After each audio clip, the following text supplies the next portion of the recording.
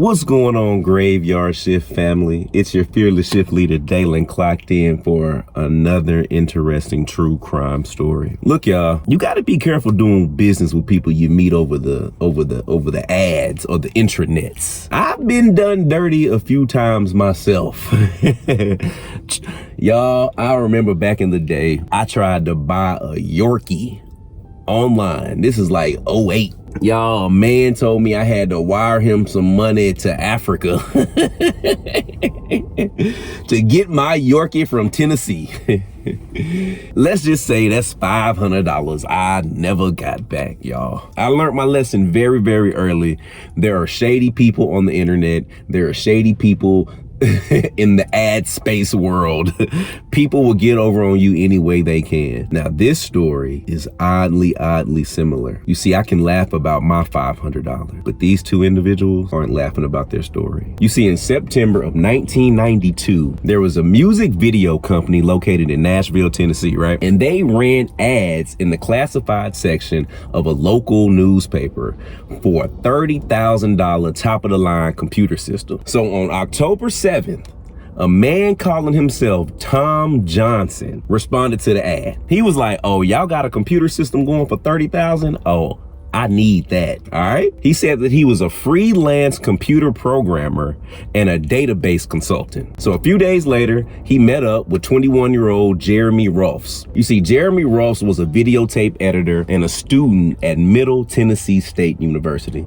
So this wasn't nothing but a kid with a job.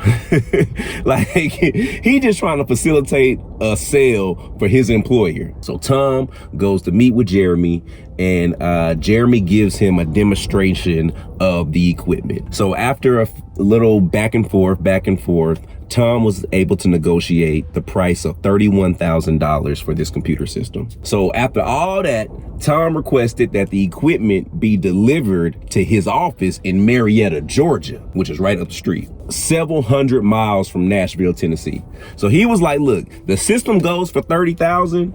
I'll give you 31, but I need y'all to come drop it off from Tennessee all the way to outside of Atlanta, Georgia." So they agreed, right? So at about 1:30 in the morning on October 24th, Jeremey, the young kid from the university, and his fiance, 22-year-old MTSU student Heather Uffelman, right? They set off on a 5-hour trek to deliver the computer to Tom in Marietta, Georgia. So him and his girl get off work, he get his girl, he get the computer slabbed up in the back of the car, and they head on out 5 hours from Nashville to Atlanta. I thought it was a little bit less than that. Is it 5 hours? I guess it might be. I don't know. But yeah, they drove however long it took them to get there, they got there. So you see, Jeremey was tired after working all day. They said he had worked about 30 hours straight on a whole nother project. So he invited Heather because, you know, that was his girl. And then he just felt like, what better way to spend time with my girl than on a work road trip?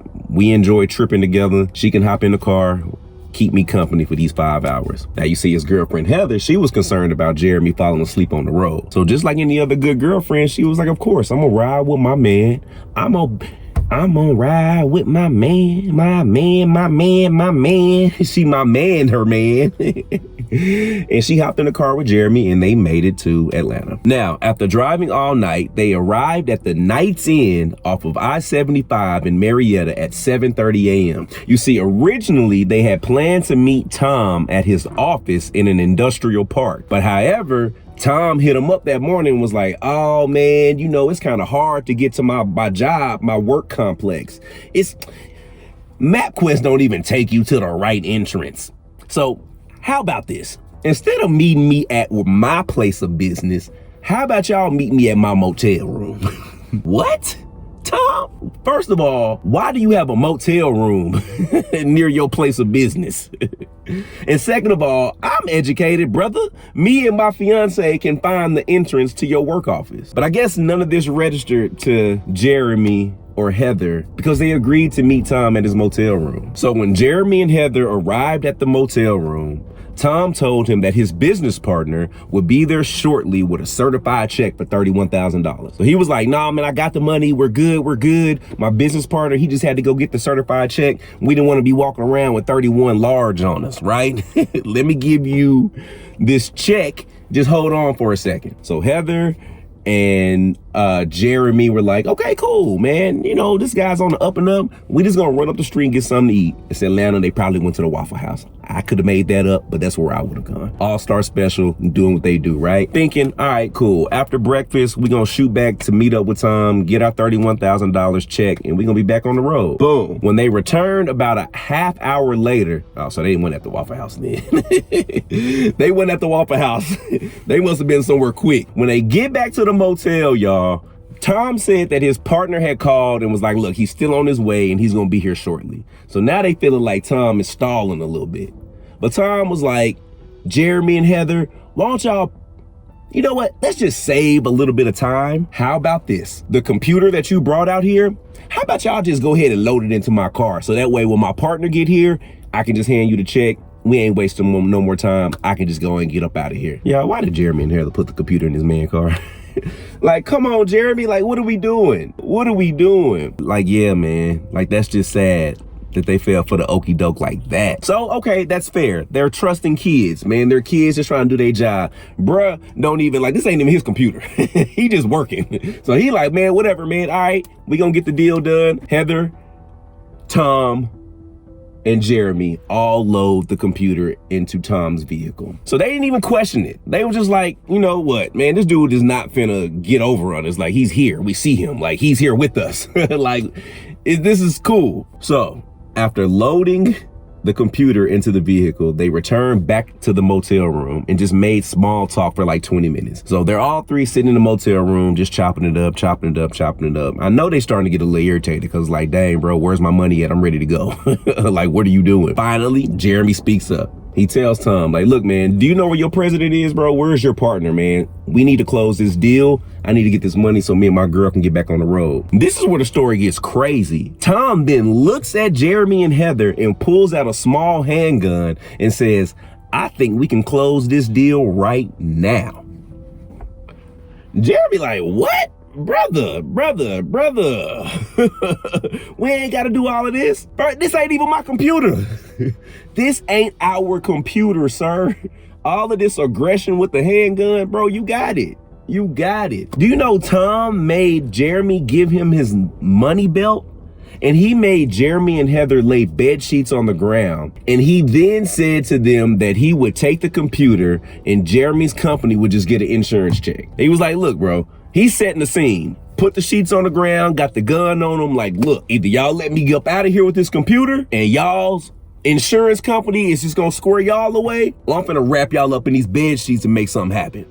What y'all gonna do? But after giving them this ultimatum, do you know Tom spazzed out? He was like, you know what y'all gonna do? Matter of fact, it don't even matter. Tom pulls out a hammer and smacks Jeremy across the head with the hammer. Jeremy starts feeling a buzz in his ear and he said he saw the room spinning. Tom then goes over to Heather and starts hitting her in the head with the hammer. So Heather's screaming, and she's screaming all over the hotel room, and literally Tom is still just cracking her with the hammer. So she's getting hit. Jeremy is so out of it, he just screams back to her, just stop screaming and he'll leave. Stop screaming and he'll leave. Y'all, Tom goes back over to Jeremy and knocks him again. Bow. Then he goes back over to Heather and just literally just keeps on knocking her with this hammer. It was pretty much a wrap. They say Tom then backed out of the motel room to leave. He dusted off the countertop to remove all the fingerprints.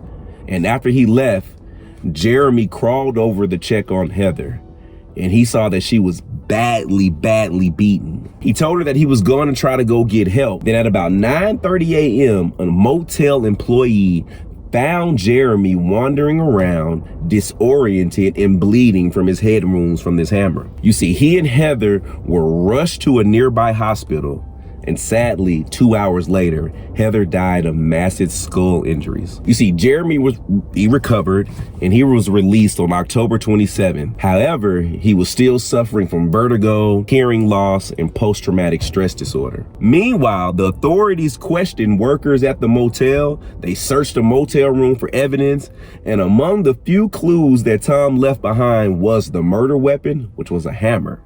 It was still wrapped in plastic with the card identifying its weight and the SKU number still attached to it. But even with all that information left on the murder weapon, they were unable to trace the store that Tom purchased it from. See, authorities also noted that the robbery was unusual since Tom allowed himself to be seen in public during the day. He wasn't trying to hide anything. Like, he was all out and about at the motel, out and about with them. Like, nothing was like, it seemed like he hadn't planned to do this. They also thought it was unusual that he had a handgun on him, but did not choose to use it to kill his victims. You see, they soon learned of yet another curious circumstance that occurred approximately an hour before the attack. An unknown woman had complained of a problem in the motel room rented to Tom. You see, at that time, Jeremey and Heather had gone out for breakfast. Remember, we thought they was at Waffle House? Well, a woman calls the hotel complaining about an error or something going on in the hotel room that Tom was in. You see, now authorities believe that that woman may have been an accomplice to Tom who attempted to sabotage the scheme when she learned that Tom had plans on killing the two. So the police hope that anyone that had any information about the motel incident would come forward with just anything about Tom or his car. And they also hope to hear that anyone that had information on the stolen computer. So they let all the media know what type of car Tom was driving. They had all this information. Tom was driving a black cherry or dark brown Dodge Dynasty with a red interior with Tennessee license plate. Do y'all know what a Dodge Dynasty with red interior look like? Yeah, I don't know, but it sounds badass. It might not be. It might be a hoopty, but that's what Tom was driving at the time. And they said he was approximately 5'10" to 6 feet and looked like about 165 pounds. He had sandy brown hair, clean shaven, and he might be wearing glasses, right? They said at the time of the incident, he was wearing an expensive pair of boots made of either snake or alligator skin. And Jeremey noted that it was very quick of how Tom turned from a thoughtful, introspective guy interested in computers to someone who was just so cold and calculating and deliberate. And he also noted how Tom made them feel comfortable and at ease and unaware of his true intentions until it was too late. He believes that Tom's friends and acquaintances may have no idea about his true nature. Like, they feel like Tom could just be this sociopath, psychopath who's just able to turn it on and off. So yeah, that was it. The police had nowhere to go with that. That was it. So after some investigating, the police found evidence that Tom tried to pull a similar scam just 1 week before Heather's murder. But for some unknown reason, he never showed up to the appointment. So they're trying to put two and two together, but it just wasn't added up. But 2 years later, in 1994, a potential suspect emerged in the case. 49-year-old Thomas E. Steeples, aka Tom, a computer company owner from Nashville. You see, he had committed a double murder in a motel room in April of 1994 that was eerily similar to the attack on Jeremey and Heather 2 years earlier. You see, in that case, he lured a young couple named Rob and Kelly Phillips to the motel with the promise of a record deal, and he beat them to death as well. He also murdered Ronald Bingham, a business partner and Nashville bar owner, in October of 1993. Along with that, he also beat and sexually assaulted a young woman several years before. His wife also claimed that he attacked and tried to sexually assault a woman in their backyard. So this dude is just has the MO. It just fits at this point. It has been noted that Steeples closely resembles the composite sketch of Johnson and matches his physical description. Also, the car that Tom Johnson was driving had Tennessee license plates. Steeples was from Tennessee. Now, following the arrest of Steeples, Jeremey, who was hit with the hammer, asked to view the photograph of Steeples in a photo lineup. However, the police did not allow him to because they did not consider Steeples a suspect at that time. They noted that Steeples was much older than the guy that Jeremey had originally described in his incident. But then in 1994, July, Steeples ended up dying of a drug overdose in prison without ever being officially connected to the case. Jeremey and Heather's family later created the Heather Uffelman Memorial Scholarship in honor of her at her alma mater, Middle Tennessee State University. Jeremey later joined the Peace Corps as a telecommunications advisor, but tragically and unfortunately Jeremey was killed in a car accident in Windberg, South Africa on March 31st, 1997. He was hit head-on by a driver who had apparently fallen asleep at the wheel. He was 27 years old. Tom Johnson has never been identified or apprehended to this day. Maybe he was Steeples. Maybe Steeples was him. Unfortunately, Steeples took his fate in his own hands when he overdosed.